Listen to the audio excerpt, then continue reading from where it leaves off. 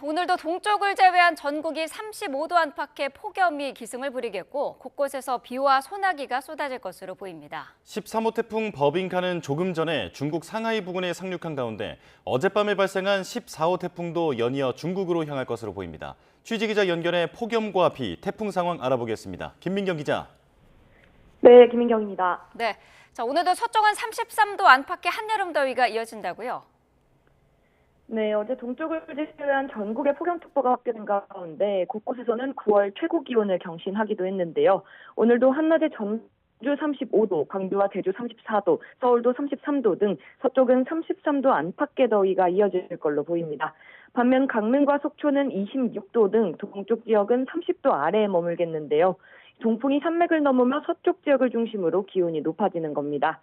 여기에 상하이 부근 해상에 있는 13호 태풍 버빙카가 한반도로 뜨거운 열기를 불어넣기 때문인데요.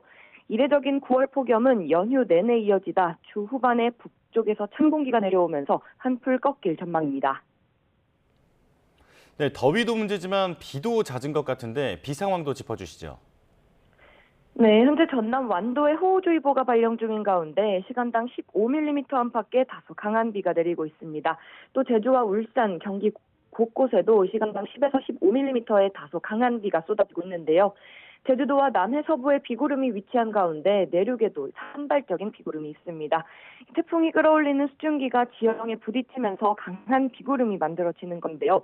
비구름의 재료가 되는 수증기가 많이 분포해 있기 때문에 오전부터 오후 사이 충청 이남에는 대기 불안정으로 5에서 많게는 60mm의 소나기가 예상됩니다.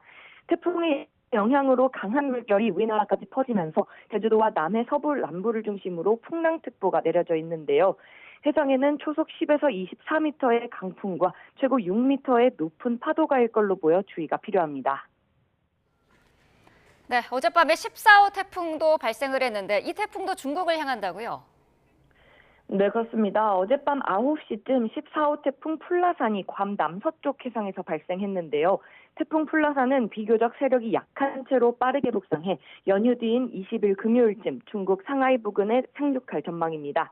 앞선 13호 태풍 버빙카는 조금 전 중국 남부 상하이 부근에 상륙했는데요. 이틀 정도 영향을 준 뒤 중국 내륙에서 열대저압부로 약화할 전망입니다. 중국 남부 지역에는 13호와 14호 태풍이 연이어 영향을 미칠 걸로 보여 피해가 우려되는데요. 다행히 우리나라는 태풍의 직접 영향은 없겠지만 간접 영향으로 연휴 뒤 제주도와 남해안에 비가 내리거나 남해상으로 파도가 높아질 가능성이 있습니다. 기상청은 지금은 대기 상층에 고기압이 버티고 있어 태풍이 한반도 부근으로 북상하지 못하지만 남해상에서 지속적으로 열대저압부가 발생하고 있어 이후 한반도 주변 기압계 상황에 따라 9월 말에서 10월 초까지도 태풍이 우리나라에 영향을 미칠 가능성이 있다며 당분간은 태풍 발생에 예의주시해달라고 당부했습니다. 지금까지 과학기상부에서 YTN 김민경입니다.